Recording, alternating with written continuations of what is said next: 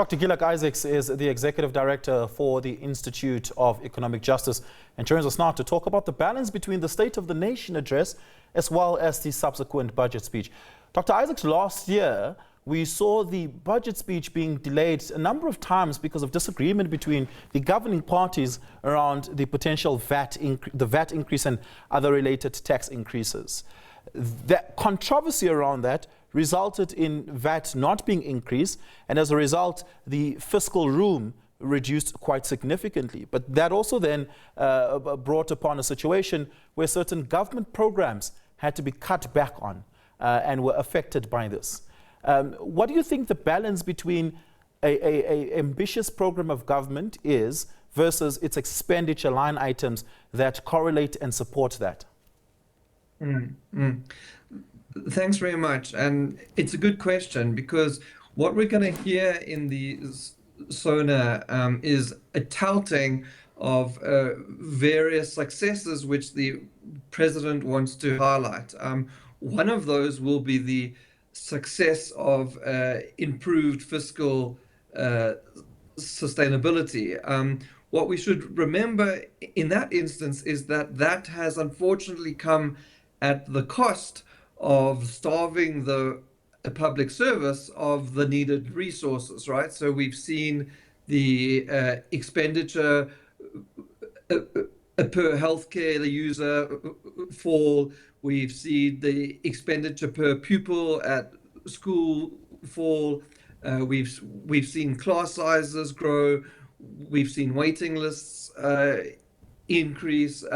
So, you know, we are going to see this sort of lauding of the fiscal sustainability, which, you know, is in some measures a success, but it's certainly come at the cost of adequately resourcing the state. We're also likely to hear the president mention other areas where he sees a success, which I think we should also view with some caution. He'll likely mention the success in improving the network industries.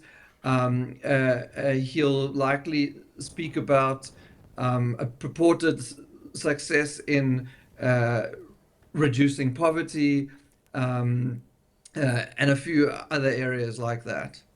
Yeah, and those successes, particularly around that he will claim, around the improvement of network industries, was what at least the first phase of Operation Vulindlela was meant to be. We also promised that it will unlock job opportunities and that we'd begin to see the tide turn on that. Is there any evidence to suggest that we're turning the tide on South Africa's joblessness crisis? So, I mean, what we saw with the information that we have in 2025 is a 0.2 percentage point fall in unemployment, which is negligible. I mean, you know, we face an unemployment crisis where unemployment by the limited definition is 31.9%. So that fell from 41.1, from 32.1, sorry.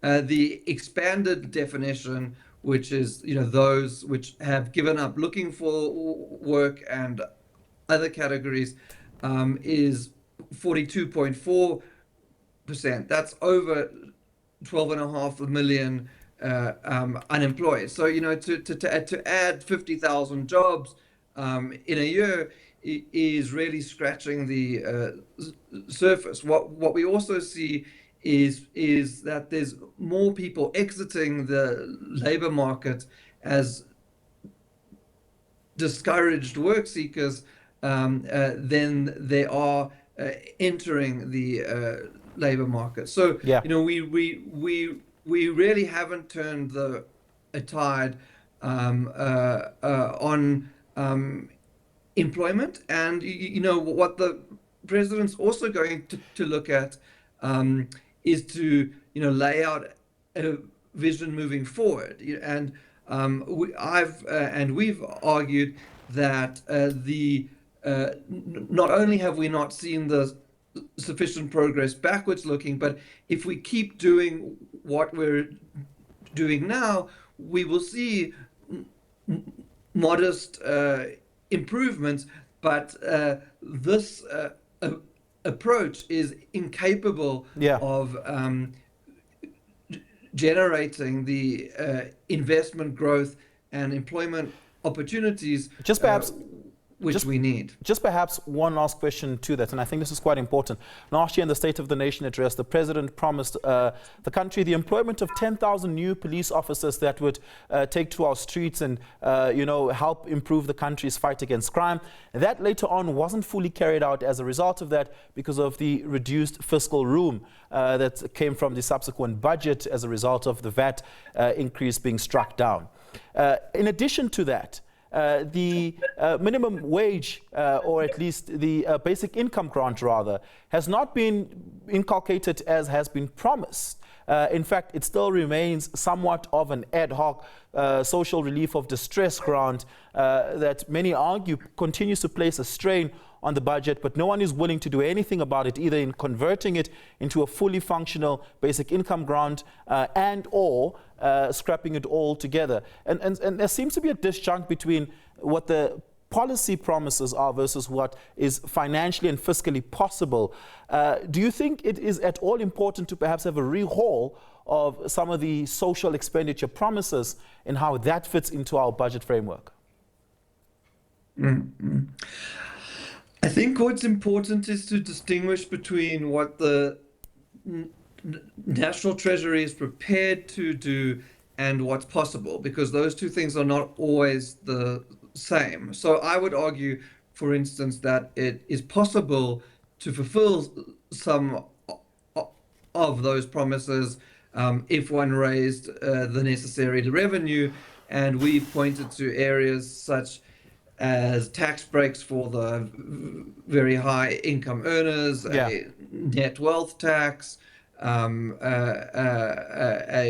scrapping of various rebates and so on as opportunities to increase revenue. So some of those promises would be possible. No, but what we have seen is absolutely as you've outlined. There's a disjuncture between political aspirations and the resources to the fiscal actually make those happen. And and we've seen that in other areas like central to economic growth. We had a whole process of the development of industry master plans, where there are these plans to expand various sectors,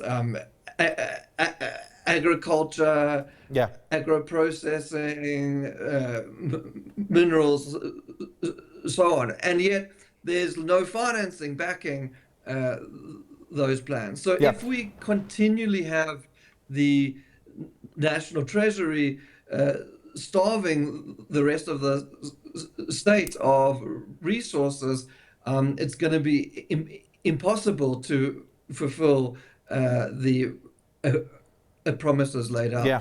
Of course, we'll hear what those promises are and begin to crunch the numbers in the lead up to the budget speech later this month. The State of the Nation address just 2 days away from now. Professor Isaacs, Dr. Isaacs, thank you so much for your time this evening. Really do appreciate it. Dr. Gilad Isaacs is the Executive Director for the Institute of Economic Justice.